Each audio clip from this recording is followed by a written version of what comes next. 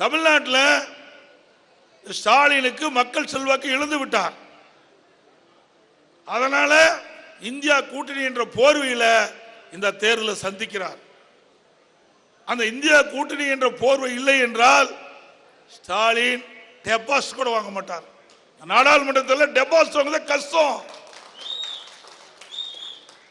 இந்த இந்தியா கூட்டணி அதை முன்னிறுத்தி மக்களை ஏமாற்றி வாக்குகளை பெறுவதற்கு தந்திரமாக செய்கின்ற வேலை இதுதான். ஆனால் அனைத்து இந்திய அண்ணா திராவிட முன்னேற்ற கழகம் அப்படி அல்ல. பாரதிய ஜனதா கட்சி கூட்டணியிலிருந்து நம்ம விலகிட்டோம். அது அவருக்கு பொறுக்கல. கள்ள கூட்டணிங்கிறாரு, கள்ள தொடர்புங்கிறாரு. இதெல்லாம் அவர்களுடைய அனுமதியா சொல்லுகின்ற வார்த்தைன்னு தான் நான் கருதுறேன். ஏன்னா மனசுல இருந்தா வெளியில் ஒன்று வருது பாருங்க.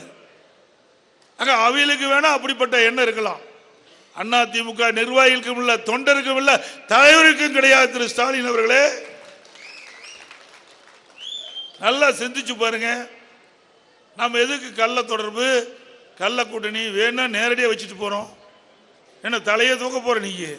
அது எங்க கட்சி விஷயம், உனக்கு ஏன் இவ்வளவு அக்கறை? அந்த கூட்டணியிலிருந்து விலகி வந்ததுதான். இப்படி எரிஞ்சு கிடக்கிறார். எரிச்சல் உனக்கு ஏப்ப எரிச்சல் வருது? எங்க கட்சியில் இருக்கிறோம், எங்க கட்சி கூட்டணியில் இருக்குது, விலகுது. அது எங்களுடைய இஷ்டம்.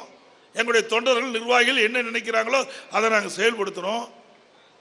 அன்றையிலிருந்து இது வரைக்கும் எல்லா கூட்டத்திலையும் கள்ள தொடர்பு, கள்ள தொடர்பு. ஏதோ அவருக்கு பழக்க தோசை இருக்க மாட்டேங்குது. அதுதான் இது மறக்க முடியாத எண்ணெயை வச்சுட்டு பேசிட்டு இருக்கார். சிந்திச்சு பாருங்க. ஆட்சி அதிகாரத்துக்கு நாங்கள் வர வேண்டும் என்று எண்ணி இருந்தால் நாங்கள் பாரதிய ஜனதா கட்சியோட கூட்டணி வச்சிருப்போம்.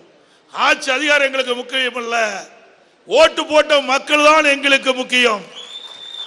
ஓட்டு போட்ட மக்கள், எங்களை வெற்றி பெற செய்கின்ற மக்கள், எங்களுடைய வேட்பாளர் வெற்றி பெற்று போகின்ற பொழுது அந்த மக்களுடைய குறைகளை, மக்களுடைய குரலை அவர் மூலமாக நாடாளுமன்றத்தில் ஒலிப்பதுதான் எங்களுடைய லட்சியம். உங்களை போல குடும்ப உறுப்பினர்கள் ஆட்சி அதிகாரத்துக்கு வந்து கொள்ளையடிக்க வேண்டும் என்பது எங்களுடைய லட்சியம் அல்ல. எங்களுடைய கட்சி பொறுத்தவரை ஜனநாயக கட்சி. மக்களுக்கு உழைக்க வேண்டும் என்று பொன்மனச்செம்மல் புரட்சி தலைவர் எம்ஜிஆர், புரட்சி தலைவர் அம்மா இருவரும் தலைவர்கள் எங்களுக்கு அற்புதமான பாடத்தை கற்பித்துட்டு சென்றிருக்கின்றார்கள். ஸ்டாலின் அவர்களே, உங்க அப்பாவை போல எங்க தலைவர்கள்லாம் கிடையாது. உங்க கட்சி ஒரு கம்பெனி, கார்பரேட் கம்பெனி.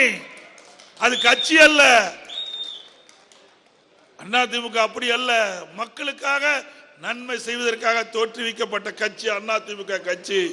ஏழை எளிய ஒடுக்கப்பட்ட நசுக்கப்பட்ட கடை கோட்டளிக்கின்ற மக்களுக்கு கூட அண்ணா திமுக அரசு, அண்ணா திமுக கட்சி உதவுகின்ற மனப்பான்மையா இன்று வரை இருக்கிறது. அதனாலதான் புரட்சி தலைவர் எம்ஜிஆர் இந்த கட்சி துவக்குவதற்கு காரணமே பேர் அண்ணா கண்ட கனவை நனவாக்க வேண்டும் என்ற அடிப்படையில் தான் இந்த அண்ணா திமுக என்ற கட்சியை துவக்கினாங்க. அன்றிலிருந்து இன்று வரை பொன் விழா கண்டிருக்கிறோம். யாராலும் இந்த கட்சி அசைக்க முடியல. எவ்வளவு பிரச்சனை இடையில ஏற்பட்டது. திரு கருணாநிதி இருக்கின்ற பொழுதும் ஏற்பட்டது, திரு ஸ்டாலின் இருக்கின்ற பொழுது ஏற்பட்டது. இந்த கட்சியை உடைக்க வேண்டும், முடக்க வேண்டும், செயல்படாத தடுக்க வேண்டும் என்பதற்கெல்லாம் பல்வேறு முயற்சிகள் செய்தார்கள். அத்தனையும் இந்த மக்கள் துணையோடு தகர்த்தெறிந்த கட்சி அண்ணா திமுக கட்சி. சில எட்டப்பர்கள் இதிலே இருந்தாங்க. இந்த சின்னத்தை முடக்கணும் என்று தீய சக்தி திமுகவோடு சேர்ந்து நமக்கு எவ்வளவு தொல்லைகளை கொடுத்தார்கள். ஆனால் பொன்மனச்செம்மல் புரட்சி தலைவர் எம்ஜிஆர் என்ற தெய்வம், இதே தெய்வம் புரட்சி தலைவர் அம்மா என்ற தெய்வம், இருவரும் தலைவர்கள் தெய்வங்களாக இருக்கிறார்கள். ஆகவே தீய சக்தி திமுகவே நம்மை ஒன்றும் செய்ய முடியாது.